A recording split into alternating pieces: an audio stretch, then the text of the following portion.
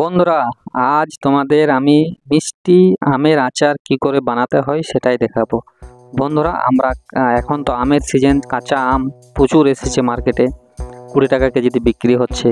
তো সেই আমেরই, কাঁচা আমের আমি মিষ্টি আচার কি করে বানাবো সেটাই তোমাদের আজ এই ভিডিওতে দেখাবো। চলো প্রথমে আমগুলো ধুয়ে নিই, তারপরে আমগুলো প্রথমে ভালো করে ছিলে নিই। বন্ধুরা, এই আচারটা খুবই সুস্বাদু।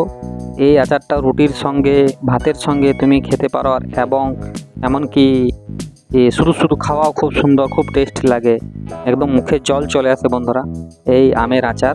তো বন্ধুরা, আম দেখলে আমার আমগুলো সব ছিলা হয়ে গেল। এবার আমি পুরো আমগুলো, সব যতগুলো আম আছে সব আমগুলো কেটে নেবো। আর দেখছো এই কুচিগুলো বাইরে বের করে দেবো। তো বন্ধুরা, এখন গ্রীষ্মকালে আমের সিজন, আমের আচার, টক টক আমের আচার, মিষ্টি আমের আচার বাজারে বিক্রি হয়, কিন্তু বাড়িতে তৈরি করা আমের যে আচার, সেই মজা, সেই স্বাদ তোমরা বাজারের আমে পাবে না। চলো, আমগুলো কেটে নিয়েছি। এবার আমগুলোতে একটু নুন হলুদ দিয়ে প্রথমে ধুয়ে নিই নুন দিয়ে, তারপর এই আমগুলোতে আমি একটু নুন হলুদ দেব আর আমগুলো মাখিয়ে নেব। বন্ধুরা, খুব সহজ, বাড়িতেই তোমরা এইভাবে বানাতে পারবে। তোমরা এই যে পুরোপুরি যে রেসিপিটা তোমরা একটু ফলো করো আর ভিডিওর শেষ পর্যন্ত দেখো। বন্ধুরা, একটা নতুন জিনিস দেখবে, মিষ্টি আমের আচার। যদি ভিডিও ভালো লাগে তাহলে অবশ্যই চ্যানেলটা সাবস্ক্রাইব করে ভিডিওটা লাইক দিবে। চলো, প্রথমে এই যে মশলাগুলো দেখছো, গোটা মশলাগুলো আছে, ধনে, জিরে, শুকনো লঙ্কা, এগুলো শুকনোভাবে প্রথমে ভালোভাবে ভেজে নিই। দেখছো 5 ফোড়ন দিচ্ছে, আরও অনেক কিছু আছে মশলা। তো বন্ধুরা, এগুলো ভালোভাবে ভেজে নিই। এগুলো ভেজে নেওয়ার পর তারপর তোমাদের আমি নেক্সটে নিয়ে যাব। তো দেখো কীভাবে ভাজা হচ্ছে, তোমরা দেখে নাও, তারপর তোমাদের সঙ্গে আবার আমি কথা বলছি।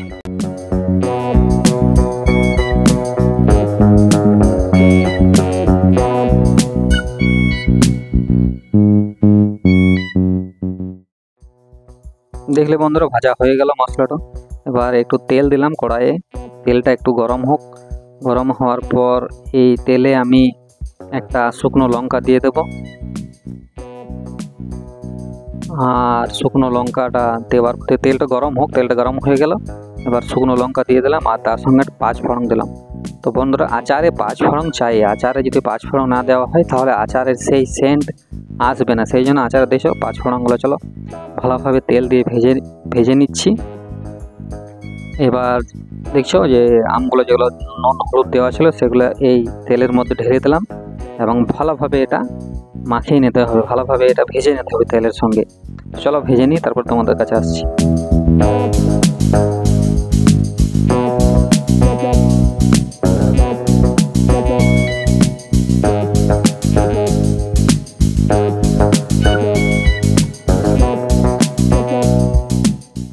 বন্ধুরা, আমগুলো আমার ভাজা হয়ে গেলো। এবারে কিছু যেটা গুঁড়ি লঙ্কা আর কাশ্মীরি লঙ্কা, গুঁড়ি লঙ্কা দিয়ে দিলাম এবং দেওয়ার পর ভালোভাবে আবার এটা ভালোভাবে মাখিয়ে নিচ্ছি।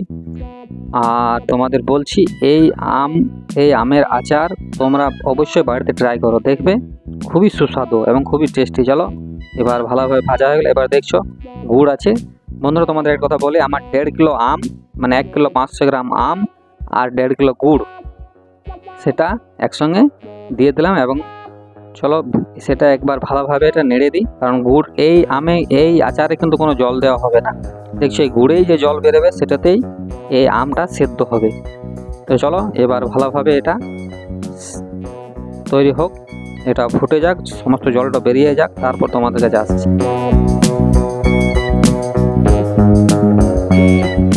এই ফাঁকে চলো বন্ধুরা, তোমাদের আমি দেখিয়ে দিই যে মশলাগুলো আমরা শুধু শুকনো ভাজলাম সেটা এবার মিক্সারে গুঁড়ি করে নিই। মিক্সারে গুঁড়ি করার পর তোমাদের কাছে আসছি।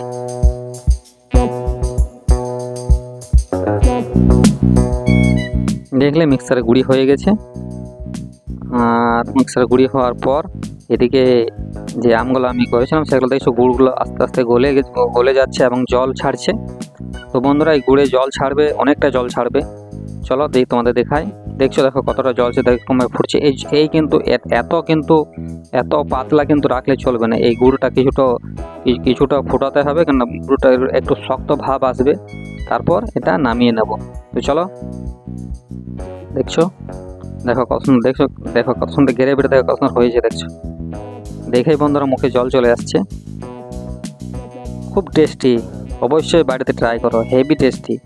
চলো এবার যে মশলাটা মিক্সারে বানালাম সেটা দিয়ে দেবো, সেটা এবার ভালোভাবে মিক্সিং করে নেব। মিক্সিং হয়ে গেলে আমার কাজ শেষ হয়ে যাবে। চলো দেখছো, আশা করছি তোমাদের এই ভিডিওটা ভালোই লাগছে। যদি ভালো লাগে তাহলে চ্যানেলটাকে একটু সাপোর্ট করো আর এই ভিডিওটাকে লাইক দিবে। আর যদি কারো কোনো কোয়েশ্চেন থাকে তাহলে অবশ্যই কমেন্ট করো। তো চলো, আমার আচারের রেসিপি শেষ। এবার এটা ঠান্ডা হবে, ঠান্ডা হওয়ার পর এটা বয়ামে